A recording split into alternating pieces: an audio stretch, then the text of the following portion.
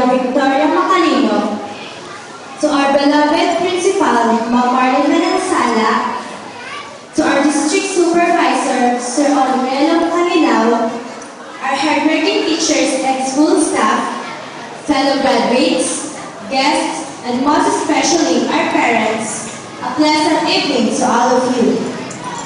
Batchmates, what day is today?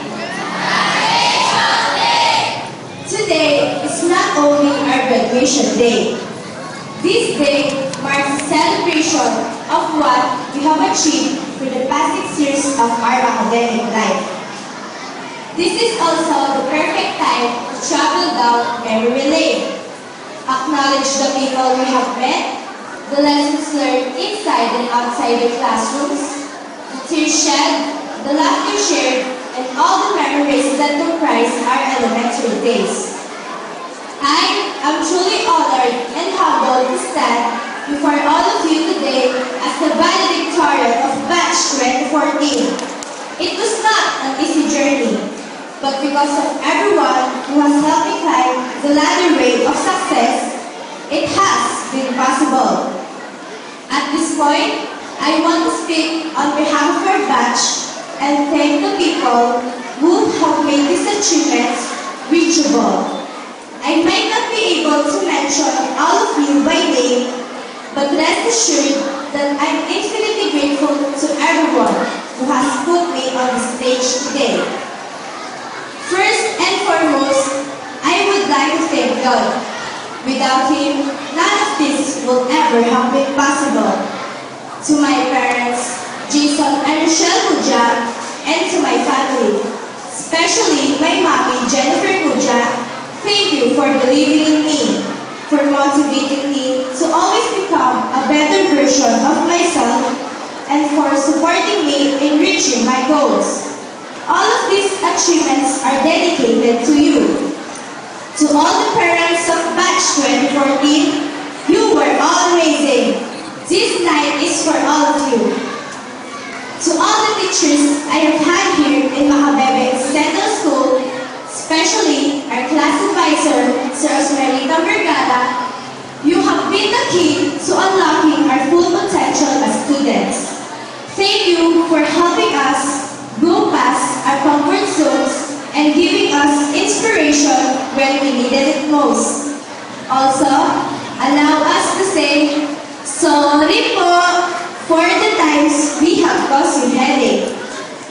To all my friends, classmates, and batchmates, my heartfelt gratitude and thanks. Thank you for making my elementary life enjoyable. Each school day was worth looking forward to because of you. Walt Disney said, all our dreams can come true if we have the courage to pursue them. From today, let us all start dreaming. Dream big, dream bright for our future. I hope to see everyone 10 years from now with stories to share on how our journey went.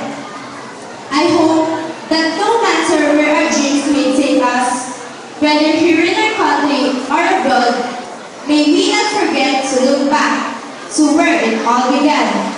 To our alma mater, to our country, to embracing being Filipinos, dahil hindi natitinan ang pusong mga Pilipino. We are Filipinos. No doubt when you check #Brazilian, we know we talk about Filipinos. I am proud to say, we are all born with this character. From political, social, economic, to the natural disaster issues, we stand tall and keep our feet on the ground. Giving up is not our first option. We always try. We keep on smiling and we keep on moving. We may not belong to a first class nor five-star country. Others classify us as third world country. But Filipinos are made to name globally. We are very competitive. Fellow graduates, this is an important transitional stage in our lives. We are no longer considered children, as we already have started to learn to stand on our own. But we are not also yet considered as adults, as we still need the guidance and supervision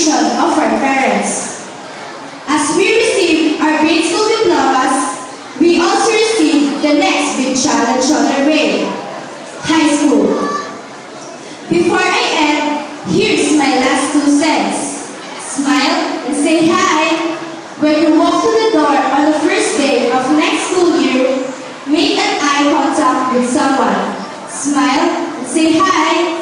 I wish all of us good luck on our future endeavors. Always remember the people who have been part of your success. And katulad nga na sabi ni Maya, kapit, busy. Muli, ako po si Gina Marushan Arguja. Pinagmamalaki ko sa Bebe Central School. Pinagmamalaki ko sa buong mundo. Ako ay Pilipino. Maraming salamat. Congratulations! Very well said. Pagkakapinig siya naman. Ang ganda. Have you listened? Nakinig? I knew kasi you cannot contain your emotion while she is delivering her message. Talagang napapalakpak kayo. Napakaganda naman talaga ng mensahe. And it was delivered well by J. Rama Roshan. She gave justice, no, to the message. Congratulations for that. Talagang iba talaga mag-deliver yung mga elementary school. Okay, but anyway, moving on. Malapit na po tayo matapos. Thank you for the audience po. Nag-coordinate talaga sila dito.